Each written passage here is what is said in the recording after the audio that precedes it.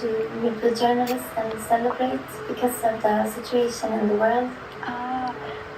There must have been a confusion when I called my father in that morning. He said he was going to have a shoes party with the people in his village, and I didn't like it, so I told my father, please don't. He thought, and I told him. 한강은 1970년 대한민국 광주에서 태어나 9살 때 가족과 함께 서울로 이사했습니다. 올해 노벨문학상을 수상한 한강은 소설 소년이 온다에서 자신이 자란 광주에서 일어난 역사적 사건을 정치적 기반으로 삼았습니다. 광주는 1980년 남한군이 자행한 학살로 수백 명의 학생과 비무장 민간인이 살해된 곳입니다. 역사의 희생자들에게 목소리를 주려고 하는 이 소설은 이 사건을 잔혹한 현실 묘사로 직면하게 하고, 그렇게 함으로써 증인문학이란 장르에 접근합니다. 한강의 스타일은 간결하면서도 비전이 있지만 그럼에도 그 장르에 대한 우리 기대와는 다르며 죽은 자의 영혼이 육체와 분리되어 자신의 소멸을 목격할 수 있도록 하는 것이 그녀의 특별한 실험적 작법입니다. 묻을 수 없는 신원불명의 시체를 보는 순간 텍스트는 소포클레스의 안티고네의 기본 모티브로 되돌아갑니다. 2024년 노벨문학상은 역사적 트라우마에 맞서고 인간 삶의 연약함을 폭로하는 강렬한 시적 산문, 한국 작가 한강에게 수여됩니다. 방금 들려드린 것처럼 노벨위원회는 한강의 노벨상 수상작이 광주에서 학생과 비무장 시민 수백 명을 한국 군부가 학살한 역사에 바탕한다라고 소개합니다. 근데 이 평가는 진실일까요?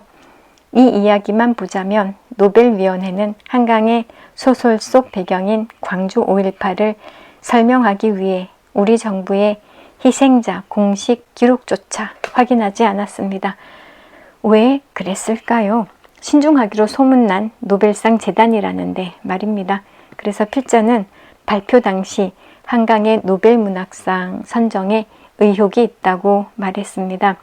외교부가 노벨재단에 사실이 아니니 수정해달라 이렇게 요구할 리 만무하지만요, 무장한 시민군과 정부군이 교전한 거다 이렇게 주장하면 노벨위원회가 그렇게 수정할 리도 없을 겁니다. 국민의힘이 그렇게 요구하지 않을 거고 조중동 메이저 일간신문도 이런 사실 보도하지 않을 겁니다. 한강의 역사 왜곡을 비난하는 건 시기와 치기라고 주장하며 비웃고 조롱하는 사이에 이미 이런 일들이 벌어지고 있습니다. 만약 여러분이 중국과 북한, 러시아의 대남 공작 담당이라면 어떻겠습니까? 한강 소설 가지고 다니면서 해외 언론이나 문예지 이런 데다가 소설가 한강을 내세워서 공작 선동 작업하지 않았겠다 말할 수 있겠습니까? 그래서 결국 세계인이 한국을 인권 탄압국이라고 여기게 되고, 그러면 우리가 북한 인권을 말한들 아니면 6.25 전쟁을 세계가 참전해서 격퇴했다라고 한들 그걸 세계인들이 긍정적으로 수용해 줄까요? 그러니 결국 세계적으로는 노벨상 수상자 한강이 미국의 6.25 참전은 정의롭지 않은 전쟁이라고 말한 것에 관점 오류가 있다는 걸 파악할 수 없을 겁니다. 그래서 어느 누구의 기획인진 몰라도 그래서 당했다고 말했던 겁니다.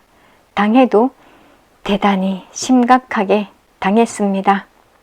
오늘은요, 한정석 강호농객의 광주 5.18을 군부의 학생과 비무장 시민 학살이라고 소개한 노벨상 재단 칼럼을 전해드렸습니다. 오피니언 리더들이 많이 보는 인터넷 신문 최보식의 언론은 국내 최고 기자 안목으로 만드는 거의 유일한 고품격 인터넷 신문입니다. 이 신문을 보는 여러분도 고품격 독자이십니다.